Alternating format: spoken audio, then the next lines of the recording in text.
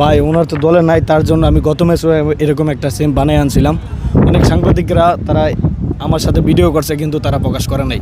জানি না বাংলাদেশের যে মনে করলেন আপনার রাজনীতির যেরকম চলতেছে সেম এরকম হয়েছে জিনিসটা। সাব্বির কি খারাপ খেলোয়াড়? সাব্বির বাংলাদেশে 11 জন প্লেয়ারের ভিতরে এখন পর্যন্ত খাটিটার ব্যাটসম্যান একজন।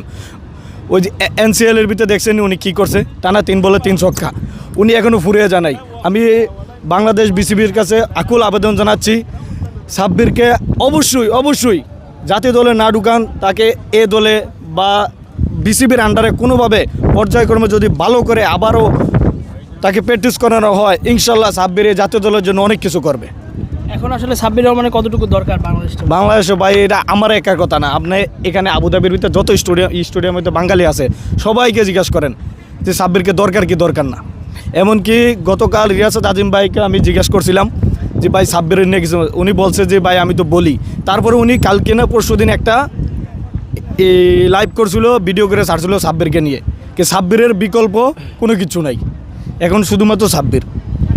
দেখেন আমি কি লিখছি, come back strongly I believe.